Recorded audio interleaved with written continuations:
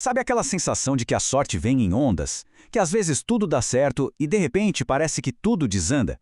Hoje, a gente vai mergulhar numa ideia bem radical do transurfing. A de que a sorte não é um acaso não, é uma correnteza e dá para aprender a surfar nela. Vamos entender como isso funciona. Pois é, essa percepção de marés de sorte e azar é exatamente o nosso ponto de partida.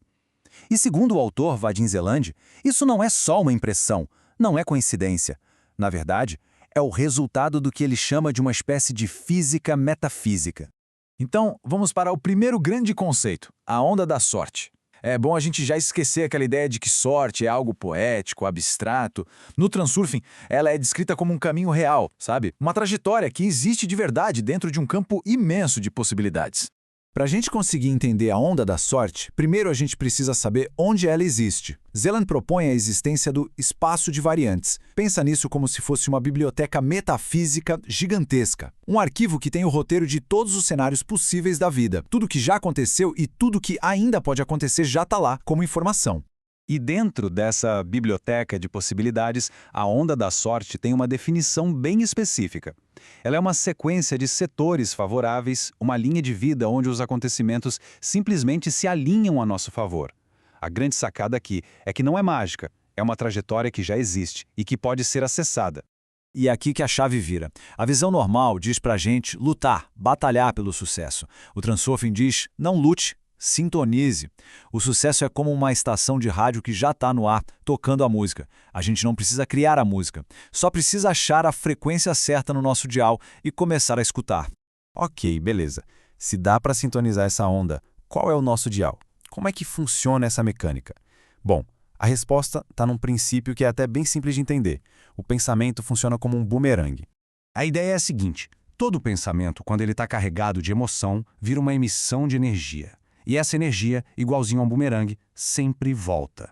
O que a gente projeta para o mundo em forma de crítica, de medo, de admiração ou de alegria, o universo devolve em forma de acontecimentos concretos na nossa vida.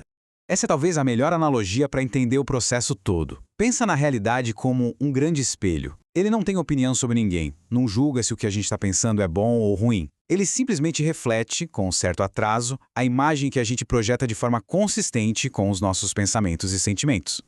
Vamos ver como isso funciona na prática. Se a missão mental constante é de crítica sobre a falta de dinheiro, a imagem de escassez é projetada no espelho. E aí, o bumerangue volta como mais escassez.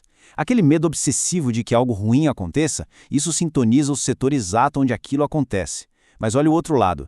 A admiração genuína, sem inveja, pelo sucesso de alguém, projeta a frequência da possibilidade. E é exatamente isso que o bumerangue traz de volta: oportunidade. Essa frase, no fundo, resume tudo. Nossos pensamentos não são coisas privadas, inofensivas.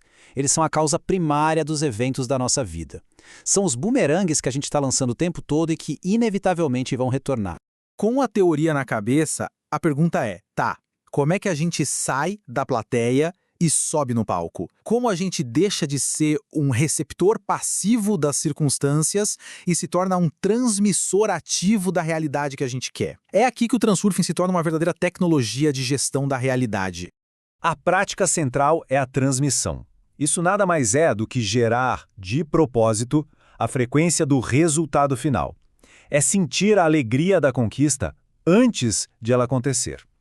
A nossa mente deixa de ser um rádio tentando achar uma estação e se torna a própria estação de rádio, transmitindo um sinal claro para que a realidade possa sintonizar. E aqui tem um ponto fundamental. Qual a diferença disso para o tal do pensamento positivo? É total. O pensamento positivo comum tenta forçar a realidade a mudar, o que gera uma baita tensão. O transurfing não tenta mudar o cenário. Ele foca em mudar a gente, o transmissor, para que a gente deslize para uma outra linha de vida, uma em que o cenário desejado já é o padrão. A gente muda de trajetória, não a paisagem. Isso nos leva a uma inversão de lógica muito poderosa. A gente aprendeu que, quando tivermos sucesso, aí sim seremos felizes. Zeland diz que é o exato oposto.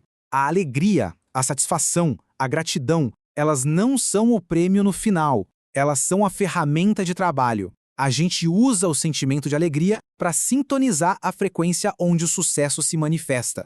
Certo, Mas como é que a gente transforma essa tal transmissão de frequência em algo concreto, palpável, para o dia a dia? A resposta está no uso de ferramentas práticas. Zelandes chama essas ferramentas de rituais, que funcionam como âncoras psicológicas para nossa intenção. É super importante entender isso. Um ritual no Transurfing não tem poder mágico por si só. O poder dele está na capacidade de focar a nossa mente e de ancorar a nossa intenção. É como se fosse uma muleta para a nossa mente racional, um ato físico que sinaliza para o nosso subconsciente qual é a variante, qual é a realidade que deve ser sintonizada. Vamos pegar um exemplo clássico do Transurfing, a técnica do copo de água. É bem simples. Antes de dormir, a pessoa mentaliza o objetivo como se já tivesse sido alcançado. Aí, ela pega um copo d'água e afirma para si mesma que aquela água está sendo programada com a informação dessa nova realidade. O ato físico, simbólico, de beber a água serve como uma âncora poderosíssima que estabiliza a intenção. E o mais legal é que dá para criar os próprios rituais. Por exemplo, ter uma roupa de sucesso, que se usa para entrar na frequência da vitória. Ou algo ainda mais simples, como criar o hábito de estalar os dedos a cada micro-sucesso do dia. Com o tempo, esse gesto vira um gatilho instantâneo que coloca a gente de volta na onda da sorte. Mas, olha, aqui vem um aviso crucial. Para qualquer ritual desses funcionar, ele precisa ser leve. Tem que ser tratado como um jogo, sabe?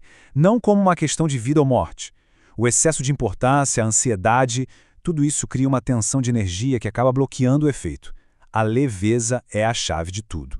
E para a gente fechar, fica uma pergunta que amarra toda essa filosofia do bumerangue. Se a realidade de amanhã fosse o reflexo exato dos seus pensamentos dominantes de hoje, como seria esse dia? Daria para ficar feliz com os eventos que se materializariam ou seria meio apavorante? A resposta a essa pergunta revela exatamente qual bumerangue cada um de nós está lançando nesse exato momento.